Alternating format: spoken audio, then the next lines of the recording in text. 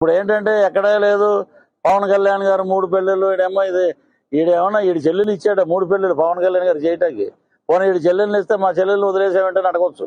న్యాయబద్ధంగానే ఇడిపోయారు. కొన్ని వివాహాలు కలిసి ఉంటాయి, కొన్ని ఒక్కొక్కరికి అదృష్టం దురదృష్టం ఉంటాయి వైవాహిక బంధంలో. దాన్ని గౌరవించారు పవన్ కళ్యాణ్ గారు. సాంప్రదాయబద్ధంగా విడిపోయారు వాళ్ళు.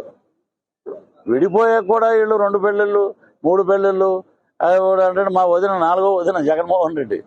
మంచిగా 4వ పెళ్ళం జగన్మోహిని.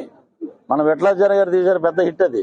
ఇతను కూడా 4వ వదిన మాట. ఇది ఈ రకంగా ఒక ముఖ్యమంత్రి స్థాయిలో ఉండి నువ్వు అలా బొచ్చు పేకలేవు, ఇంకా దారుణమైన మాటలు మాట్లాడి ఏదేదో మాట్లాడినా కూడా వాటికి అన్నిటికీ మేము ఒకటే చెప్తున్నాం.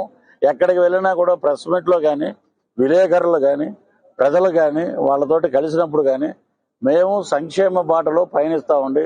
అమ్మ మేము సంక్షేమం వస్తుంది కదా,